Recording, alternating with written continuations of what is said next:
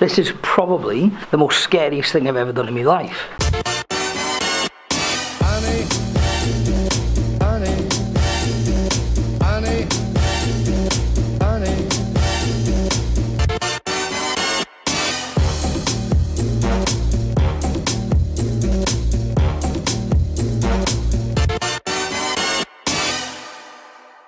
Right, we are now on our way to the hospital in Pripyat. That's where all the firefighters who were fighting the fire at the nuclear reactor that exploded in '86, all them firefighters went to this hospital, and they were so radioactive, they stripped them all, got all their clothes off, and they put them in the basement because they were contaminated, basically. So we're going to that hospital now. Apparently the clothes are still there to this day, and you can still see them, but they are highly contaminated. Yeah. So when did they realise they were ill? When they got home? No. They realised right there. The firefighters realised at the fire straight away? Yes. So they then all just went straight to the hospital? Yes. How long were they in this hospital? Because some in that series on Sky, they went to Moscow, didn't they? Same morning, you know, same day, they were transported to Kiev, then from Kiev by plane to Moscow. They were transferred to Moscow hospital, special hospital number 6, because that hospital was specialized for nuclear victims. They had special doctors, experts, you know. They had no idea about radiation. They thought it is just regular fire. They didn't use any special protective gears. And all of them died, but not right away and not there. Within 2 months in Moscow. And they created in Moscow special concrete coffins, because their bodies turned simply into nuclear waste. Their bodies turned into nuclear waste? Because they inhale and swallow lots of particles. That's crazy. So all 28 of them died within 2 months? And you know, like the Geiger counters, like if you put one of these next to their body, what was the reading? A bit less than from their clothes, you will see. Right, let's go and have a look at this hospital. Which one's the hospital? This? This. Oh, it's all the hospital. So this must be like the main corridor. It looks like a hospital as well, isn't it? It's like just the corridors and obviously all the rooms off it. Oh wow. This is an iconic room. Of this hospital. Why is it iconic? When you have a look, you understand. Let's have a look then. Flipping it. Is this where all the babies were born? 800 babies were born this town annually. Just walking down these corridors, you just think, what must it have been like on that night and the next day and the next day after the disaster? People must have been absolutely pelting it down here. Oh wow, all the hospital beds. Got a bed on its side there, another hospital bed. Oh my god, so this is where actually they gave birth. This is a gynecological chair for check. Oh, it's for gynecological checks. The living room is over there.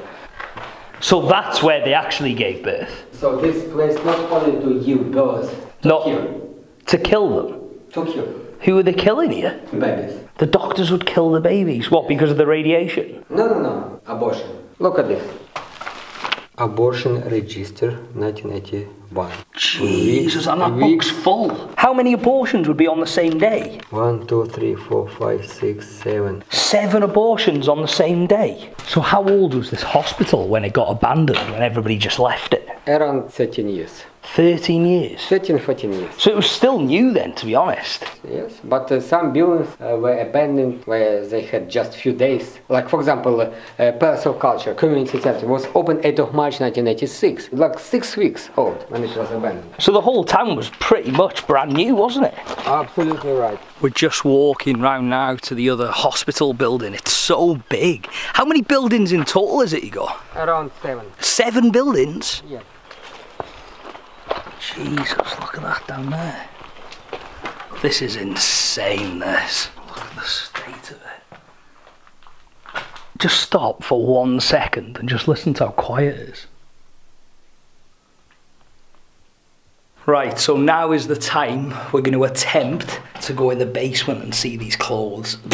I'm actually scared because I don't know what it's going to be like down there, the radiation and stuff. Just to like, as a precaution, I've got a mask and I've got a suit. So I'm going to whack that on now. Oh my god. I don't know if this is a good idea, to be honest.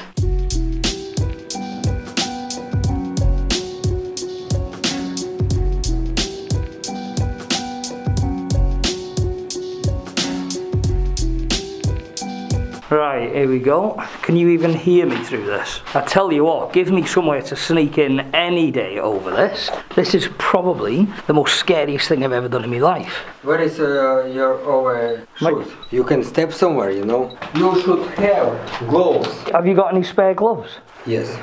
Oh, thank you. Thank you, mate. Right, so now I've got gloves on. And I've got these things on my shoes. Everything I am wearing though, including my shoes, are definitely going in the bin after this. Is it down there, is it? Mm-hmm. Oh my god. Right, so this is the basement. Let me just get my light on. This is the basement. Jesus. Oh my god. I'll show you. You're following me. Oh. Look at it. I don't even know if you can see it in here. This is crazy. There's no wolves down here, is there? You mean animals? Yeah, animals. Only crazy frog. I think I can deal with crazy frog, but oh my god, look at the hospital table. Honestly, I cannot see a thing in it. What are all these like metal gas canisters? Maybe oxygen. What, they're all oxygen? Mate, this basement's huge. What's the radiation down here? 0.28, so that's fine down here at the minute, isn't it? I hope my phone doesn't run out of battery, I tell you. Literally, right? That's what I can see. Move the phone, and it's just pitch black. Oh my god, is that it? Yes. What's it on? 422. No, 42. So they're all the firemen's clothes. That is insane. You can see all their overalls there, can't you? So if you put that close to the boot, does it go even bigger? 62, 70, 127, 136, 228. That's insane. So I'm guessing there's like more boots over here. I'm guessing they're firemen's boots as well, are they? Is that 700? No, 91. Look, there's another overalls there, the fireman's overalls. What's that? 412? 457? Jesus. Mate, there's like more clothes here as well. Look at all them like hospital slippers. They're not bad them, are they? What's in there? What's that? Mattresses where they were laid on. The mattresses where the firemen will lay on? Yeah. So not only did they throw all their clothes, they threw all the mattresses as well? Of course. Not that bad, not super clean. 6.5, 1.6, 1.2, 1.1. So the clothes are in that room and the mattresses are in there. This is slippers of staff. Slippers of staff, like the assistants? Assistants, they were contaminated by firemen. It's nothing compared to, this is why... That's a fireman's thing there? Yeah. You see? More. Yeah, and then it just flies up. It's and like then there's another fireman's thing. You can see the straps there. Trousers. Fireman's trousers. The boots are the worst, aren't they? Look, it just goes mental. Can you imagine putting them boots on? 528 it is. Jesus. This room is bad, some fireman shoes bad, and more or less contaminated mattresses and slippers of assistants. The rest of hospital basement. It's not too bad. Yes, not too bad. As if that is the room where they threw all the firemen's clothes. It's surreal standing here. Look at all their boots. Mate, you're going in there? You could just hear it going, Matt, I can't believe you're standing on the clothes. Crazy guy. 200. 200, is that what it's at? 300, 400. 400? You're not going to catch me going in there, let me tell you. The scariest thing about all this radiation for me, you can't smell it, you can't see it, it's so dangerous. I tell you what, it is not a nice feeling in here. It stinks as well, doesn't it? What's the smell? Just rotten, is it? Old. Oh, here we go. The door out. Oh, I am so glad to be out of there. Sweating my head off. Flipping heck, it's hot in there, isn't it, Igor? Right, let's get this suit off. Wow, it is good to be out of there. I am boiling, sweating. Right, we are just getting back to the car now.